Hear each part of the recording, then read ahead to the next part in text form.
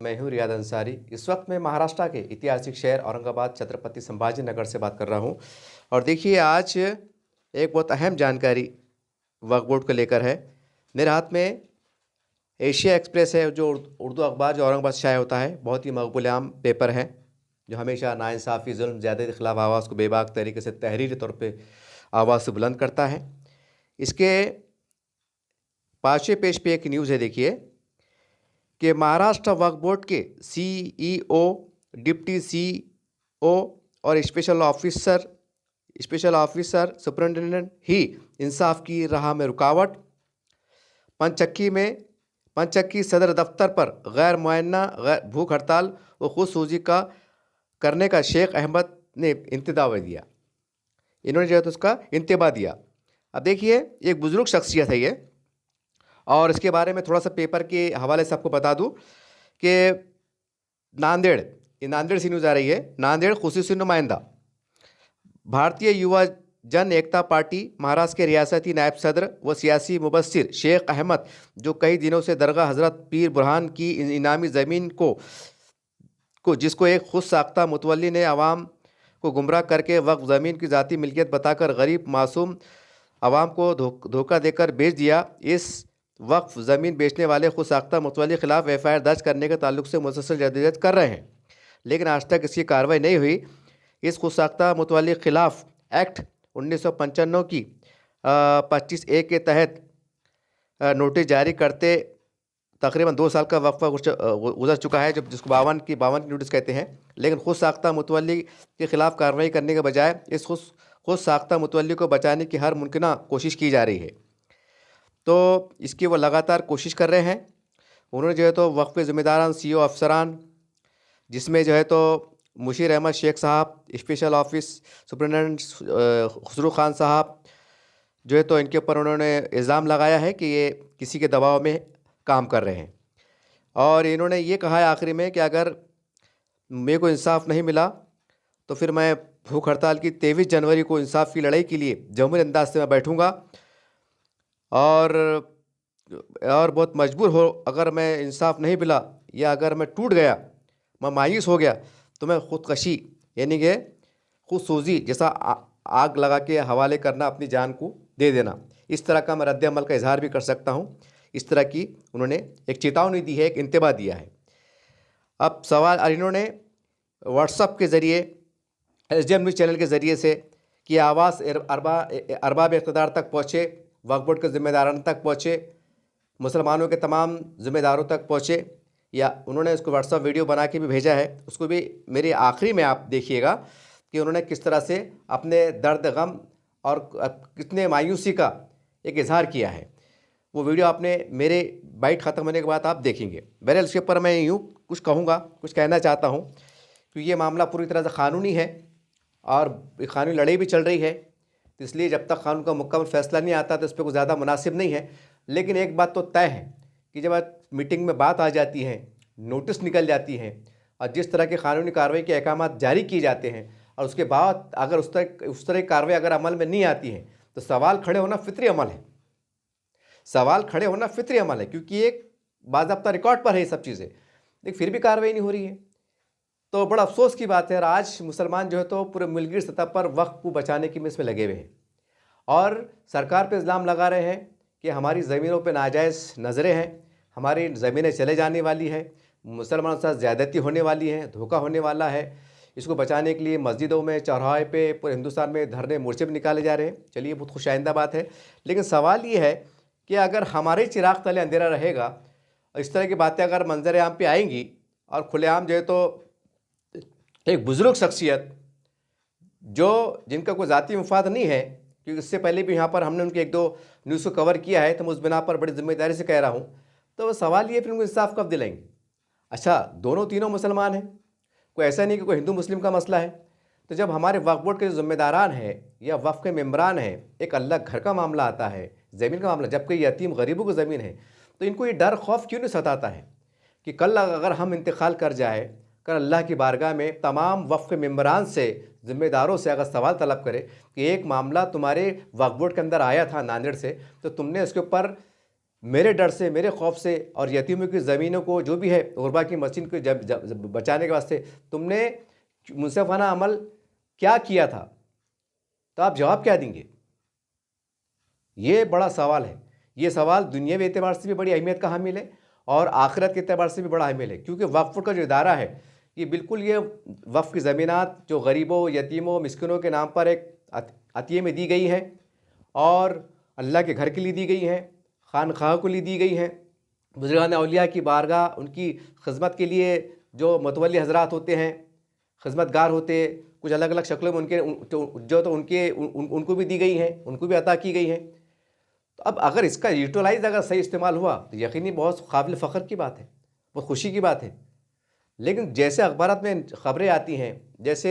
बयानात आते हैं, बहुत सी शिकायतें होती हैं, लोग धरने देते हैं, मोर्चे देते हैं, अपने नाइंसाफ़ी के ख़िलाफ़ महीनों चक्रा मारते हैं, तो सवाल ये है कि हम किस मुँह से हम सरकार को बदनाम करने की कोशिश करते हैं। आज बीजेपी सरकार को, महाराष्ट्र सरकार को, केंद्र सरकार को लोग आलोचना कर रहे हैं कि भाई गलत कर रहे हैं। सवाल ये है कि जो इदारा पूरी तरह से मुकम्मल मुसलमानों के पास में है और कई लोग अगर चक्रा मारने पे मजबूर हो, महीना 2 महीने चक्रा मार रहे हैं, कोई जालने से आ रहा है, कोई परभनी से आ रहा है, नांदेड़ से आ रहा है, क्योंकि महाराष्ट्र का हेड ऑफिस है तो पूरे महाराष्ट्र से लोग आते हैं, रत्नागिरी है, सांगली है, पता नहीं कहाँ से, अब तो डिवीज़न भी खुल गए हैं, लेकिन फिर भी जो पुराने केसेस की वजह से लोग यहाँ पर मजबूर होते हैं कि यहाँ पर आने पर मजबूर होते हैं, यहाँ कहाँ रुकेंगे, कहाँ खाएंगे, क्या खाएंगे, जबकि वो यतीमों गरीबों की ज़मीन की तहफ़्फ़ुज़ के लिए आते हैं। ठीक है, अगर आपको लगता है कि इसमें कोई बदमाश है, कोई 420 है, तो आप तो बाइख्तियार लोग हैं, सरकार आपके साथ में है, क्योंकि वक्फ बोर्ड का इदारा जो है तो मुकम्मल तौर से महाराष्ट्र सरकार के ज़ेर निगरानी में चलाया जा रहा है, महाराष्ट्र सरकार के कंट्रोल में है। अगर आपको कुछ लगता है कि कोई धोखा दे रहा है तो आप बिल्कुल उसके खिलाफ FIR दर्ज कर सकते हैं, हथकड़ डाल के आप घुमा सकते हैं। तो ये कितनी शर्म की बात है,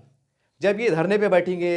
होंगे, यहाँ पर नेशनल मीडिया भी गुजरेगा, सोशल मीडिया भी गुजरेगा, हमारे कई हिंदू समाज के हमारे हिंदू लीडर भी गुजरेंगे, कई हमारे हिंदू अफसरान भी गुजरेंगे। क्या सोचते होंगे वो, क्या सोचते होंगे कि दीन की बात करते हैं, शरीयत की बात करते हैं, इस्लाम की बात करते हैं, ज़रा बुरखा नीचे आगा तो जो है तो पूरे देश में हंगामा करते हैं, जान लेने देने पे आमाद होते हैं, हुजूर की शान में नौज़बिल्लाह गुस्ताखी का मामला आया तो पूरा हिंदुस्तान जाम करते हैं, रोड पे आते हैं, और एक अल्लाह का घर, अल्लाह रब्बुल आलमीन का घर, उसके मामले में अगर कुछ मंजर कुछ पेचीदा मामला, कुछ इस्लाम तराशियाँ सामने आती है तो ये लोग जो है तो मुतहरिक होकर जिस अंदाज से आना चाहिए वो नहीं आते हैं। तो वो भी तो पढ़े लिखे लोग हैं, क्योंकि एक हमारे पास जो है तो अल्हम्दुलिल्लाह जमा इस्लामी बहुत प्यारा काम कर रही है कि इस्लाम के अंदर जो लोग इस्लाम के बारे में जो लोग गलत फहमी फैलाते हैं कि जिहाद का मज़हब है, लड़ाई का मज़हब है, मुसलमान ऐसे है वैसे है क्यों है, तो अल्हम्दुलिल्लाह मराठी के अंदर जो है तो इस्लामी किताबें हैं, इस्लामी कुरान है, कोई इस्लाम की मालूमात है, हमारे बरादरान वतन को तकसीम की जाती हैं, बतौर ख़ास अधिकारी को दी जाती हैं कि आप पढ़िए साहब, आप कुर्सी पर बैठे हुए, ताकि आपको समझने में इस्लाम को, मुसलमानों के मामलात को उसको समझने में आसानी हो, फिर आपको उस तरीके से फैसले लेने में आसानी हो। ये हिकमतन जो है तो उनको दिए जाते हैं। जब स्टडी करते हैं, जब उनको लगता है कि इतना बड़ा मामला अल्लाह घर का है तो मुसलमान खुद ऐसे मामले कर रहे हैं, तो क्या वक्फ बोर्ड इदारा इस बात पे सक्षम नहीं है कि आप दोनों फ़रीक़ैन को बिठाकर जो वाकई जो हक है, जो सच है, उसके हक में फ़ैसला फरमा दे, और जो बिल्कुल वो है तो उसके लिए आपके लिए कानूनी दरवाजे खुल लें, क्योंकि अल्लाह घर का मामला है ना, क्योंकि सियासी पार्टी थोड़ी है कि किसकी जमात का काम है, किसी आमदर का काम है, किसी खादर का काम है, नहीं। जब मुसलमान खुद अल्लाह के घर के अंदर जो है तो इस तरह की देरी इख्तियार करेंगे तो कितनी बुरी बात है कि अल्लाह पूछेगा नहीं कि मैंने तुमको स्पेशल, मैंने हिंदुस्तान के अंदर, ठीक है जो माइनॉरिटी में थे, अक़लियत में थे, लेकिन मैंने अरबाब इक़्तिदार को, उनके हुक्मरानों को ये तौफ़ीक़ दिया था, मैंने उनको हिदायत दिया था कि वक्फ बोर्ड का इदारा कायम करो, और मेरे बुजुर्गान औलिया जो हिंदुस्तान में लेटे हुए हैं वो उसके ज़रिए से उनकी खिदमत हो सकेंगी, उनका अदब एहतराम इकराम हो सकेगा, उनके मज़ारात की, उनकी ज़मीनात की देखभाल हो सकेंगी। अल्लाह कहेगा मैंने उनको हिदायत दिया था, और तुम कौन थे देने, तुमको तुम्हारे हाथ में दिया था, तुम कौन थे, तुम तो कलमे के शरीक थे। सब बताओ फिर, जब तुमने खुद तुम्हारे रहते हुए जब लूटमार हुई या हो रही है, बहुत सी जगहों पर हुई है जिसका अखबारात में जिक्र आ चुका, तो बताओ हम तुम्हें क्या सज़ा दें, और किस मुंह से बोलते हो कि बीजेपी फ़िरका परस्त है यार, बीजेपी लूटने वाली है, ये करने वाली है। तो सवाल तो ये है ना कि जब हमारे हाथ में है, हम कलमे के शरीक है, वक्फ का मर्तबा मालूम, वक्फ यतीम गरीब का, मिस्किन का मर्तबा मालूम, कि आप सल्लल्लाहु अलैहि वसल्लम ने फरमाया कि जिसने गरीब यतीम के सर पे हाथ रखा, उसकी परवरिश की, उसको खिलाया पिलाया, तो जन्नत में गोया मेरे से इस तरह से रहेगा। और वही ज़मीन की अगर खुर्द-बुर्द होती है, कुछ मामला मंजर आम पे आते हैं कि हम मुंसफ़ाना तौर से कानून की रोशनी में फैसले नहीं कर सकते, अगर हम ये इदारा भी चलाने में नाकाम होते हैं, तो कहाँ से अल्लाह हमको इक़्तिदार पे पहुँचाएगा? और हम कहाँ से हम बोलेंगे कि हमारी हिस्सेदारी होना चाहिए? जैसे हम चिल्लाते हैं कि हमको भी आमदार बनने का है, खासदार बनने का है, हमको भी हुकूमत में हिस्सा होना। अल्लाह बता रहा है, अल्लाह जूते खिला रहा है कि देखो तुम्हारे हाथ में मैंने एक वक़्फ़ का निज़ाम दिया जो मेरे शरीयत के मतलब मामला से जुड़ा हुआ है, तो तुम वहाँ नाकाम है। जब तुम वहाँ पर तुम उसकी देख रेख में नाकाम है और तुम चाहते हो कि मैं तुमको दुनिया में इज़्ज़त दूँ, तुम चाहते हो कि मैं तुमको ऐवान में पहुँचा दूँ, तुमको खासदार बना दूँ, तुमको आमदार बना दूँ, कैसे बनेगा भाई? ये भी तो एक काम है ना, ये भी तो एक जिम्मेदारी है ना। खाली ये तो एक मिसाल है, ये मसला और भी कई मिसालें हैं। बहरहाल बड़ी शर्म की बात है कि एक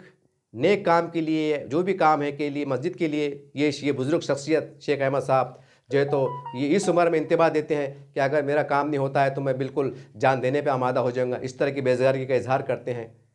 कितनी उसकी बात है। क्या हमारे पास सियासी लीडरान ये वो क्या इतने अहल नहीं है? नांदेड़ की बोलो, परभनी की बोलो, औरंगाबाद की बोलो, कि एक शख्स अल्लाह के घर के लिए बैठा है, एक अल्लाह घर के लिए पेपरों में आ रहा है, सोशल मीडिया पे आ रहा है कि उससे फ़ोन पे रब्ता कायम करना कि शेख अहमद साहब आइए, तो हम तुम्हारा बैठ के मामला करते हैं, क्या मामला है, क्या सच्चाई है, क्या झूठ है, हम चेक करते हैं, और जो सही है उसका सही के इसमें हम साथ देते हैं। क्या आप अहल नहीं है? और वही नांदेड़ की मस्जिद पे और खदी मस्जिद के ऊपर अल्लाह ना करे कोई शर पसंदों ने या फ़िरका परस्तों के दबाव में आकर बुलडोज़र कार्रवाई होती है तो पूरे महाराष्ट्र में आग लग जाएंगी। ये फ़िरका परस्त ताकतें, फंडवी सरकार जो है तो मस्जिद को गिराने का काम कर रही है। अजीब सूरत हाल है, मुसलमानों का अजीब जज्बाती निज़ाम बना हुआ है, अजीब है। अल्लाह खैर का मामला करे। क्यों जलील नहीं होंगे, क्यों रुसवा नहीं होंगे, क्यों परेशान नहीं होंगे?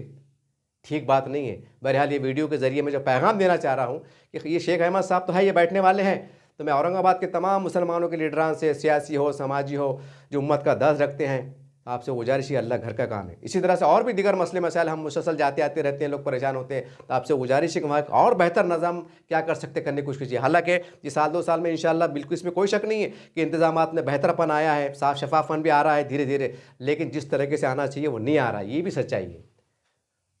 तो बहरहाल ये एक अपील थी, एक सदा थी कि अल्लाह के घर के मामला हो, दरगाह शरीफ का हो, जो भी हो, इसके अंदर भी अगर अखबार में छपती है ना, अगर कोई मुसलमान का लीडर अगर अखबार पढ़ता है,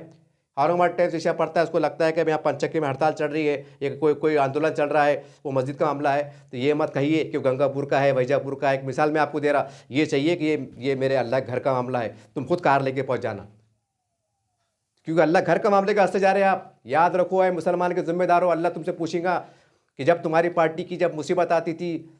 बड़े बड़े नेताओं पे कुछ वो होती थी, तुम धरने मोर्चे क्रांति चौक पे करते थे कि हमारे क़यादत के बारे में ऐसा बोला गया,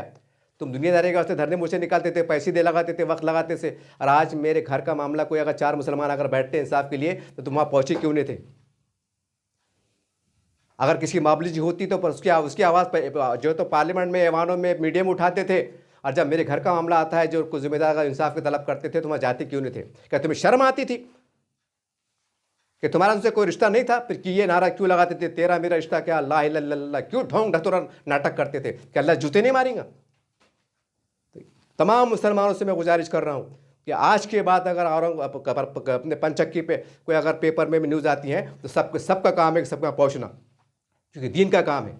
दीन के वास्ते हम काम मेहनत नहीं करें, अफ्रीका जा रहे, अमेरिका जा रहे, दीन की दावत फैला रहे, बिरादरान वतन को मस्जिदों में ला रहे, और हमारे लफड़े रोड पे आ रहे, तो वहाँ जमा नहीं होते। शिरक है, बिद्दत है, शर्म आ रही क्या उनका आपसी मैटर है और अल्लाह घर का मैटर है ना।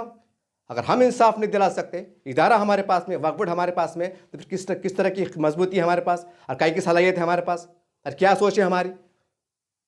बरियर पैगाम था कि वक्फ बोर्ड के बारे में सबको एक साथ आना चाहिए, चाहे किसी का मसला हो, और जो हक़ है हक़ के साथ चलना चाहिए, सच के साथ चलना चाहिए। कम से कम यहाँ भी इस चीज़ को हम राजनीति से उठ के ऊपर काम करने की ज़रूरत है, ताकि कल अल्लाह की बारगाह में हम जवाब दे सके कि अल्लाह ताला, हम बहुत बड़े हम बड़े कुर्सी बैठे हुए थे, लेकिन मैंने अखबार में पढ़ा था कि फ़ला गाँव का मसला आया था, मैं खुद, मुझे कोई फ़ोन नहीं आया था, मैंने अखबार पढ़ के पहुँच गया था और उनकी मदद किया था, सिर्फ इसलिए कि तेरे घर का मामला था। कि अल्लाह खुश होगा? कि आपको इसका एहसास नहीं है कि अल्लाह अजर नहीं देगा? जब रास्ते का कांटा हटाने पर अजर है कि तुम इतनी बड़ी नुमाइंदगी करेंगे, तुमको इसका अजर नहीं मिलेगा? कि खाली ओटी छोड़ना, कि खाली कुर्सियाँ छोड़ना, नामी छोड़ना, फूलों की हारी छोड़ना, जब ऊपर भी लो ना, जरा खबर के अंदर सांप ने डसना, इसकी भी कोशिश करो ना। बहरहाल जो अच्छा काम कर रहे हैं उनको सलाम करता हूँ, और जो गफलत का शिकार है उनको इंतबाह देता हूँ कि कल अल्लाह की बारगाह में आप पकड़ जाएंगे। और ये हजरत ने क्या कहा, उनके दर्द को बयान किया। ये वीडियो आप शुरू होता है, वीडियो सुनिए। अस्सलाम वालेकुम रहमतुल्लाहि व बरकातुहू। मैं शेख अहमद, नायब सदर महाराष्ट्र, भारतीय युवा जन एकता पार्टी, पिछले चंद दिनों से इसी तगदौ में लगा हुआ हूँ और मस्जिद सालेहीन का मैं मेंबर भी हूँ। और मेरी ये कोशिश है कि गुनहगार के खिलाफ FIR हो, लेकिन ये अंधे लंगड़े लूले अपाहज वक्फ बोर्ड कि इसके कान पर कभी कोई जू नहीं रेंगती इंसाफ के कामों के लिए। गलत काम करने का है, कुछ भी माल प्रैक्टिस करके ये लोग काम कर देते हैं और उसको दोनों को लड़ाकर छोड़ देते हैं। ये इनका मिजाज बना हुआ है। पिछले कई दिनों से हम ये ऑब्जर्व कर रहे हैं और आज से 4 महीने 5 महीने पहले ट्रिब्यूनल ने एक ऑर्डर भी किया था इसमें कि 3 महीने के अंदर आप किसी एक डिसीजन पर पहुंचकर इस केस को खत्म करो। लेकिन आज 5 महीने का अरसा होने को आ रहा, इन लोगों ने अभी तक उस पर कोई रद्देमल जाहिर नहीं किया, ना कोई फैसला किया है, ना कोई जजमेंट दिया है। और इसके जिम्मेदार आली जनाब CO साहब, जुनैद सैयद साहब, डिप्टी CO साहब, शेख मुशीर अहमद शेख साहब और ऑफिस सुपरिटेंडेंट खुसरो खान साहब जिम्मेदार हैं, क्योंकि यही लोग इस मुद्दे में रुकावट बने हुए हैं। साफ सुथरे केस को भी ये लोग जो है रुका कर रख रहे हैं ताकि इनकी रोजी रोटी चलती रहे। और ये किसी के दबाव में आकर, कुछ हवारियां हैं, हवारियों के दबाव में आकर ये खुद साख्ता मुतवल्ली के फेवर में काम करने की कोशिश कर रहे हैं। लेकिन जो गलत है और इनको अल्लाह के पास भी इसका जवाब देना जरूर है, ये कभी भी नहीं छूटेंगे और इनको इसकी पूछ जरूर होंगी। इसी तरह हमारे CO साहब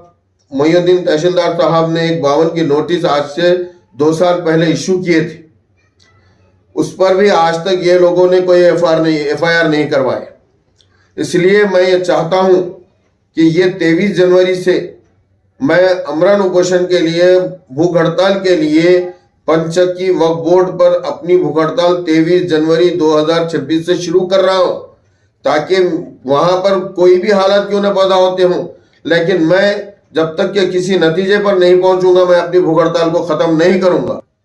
और अगर मुझे कुछ होता है या मेरी जान को कोई नुकसान होता है या मेरा BP या शुगर अगर कुछ बढ़ती है, तो मैं इसका जिम्मेदार जुनैद सैयद साहब CEO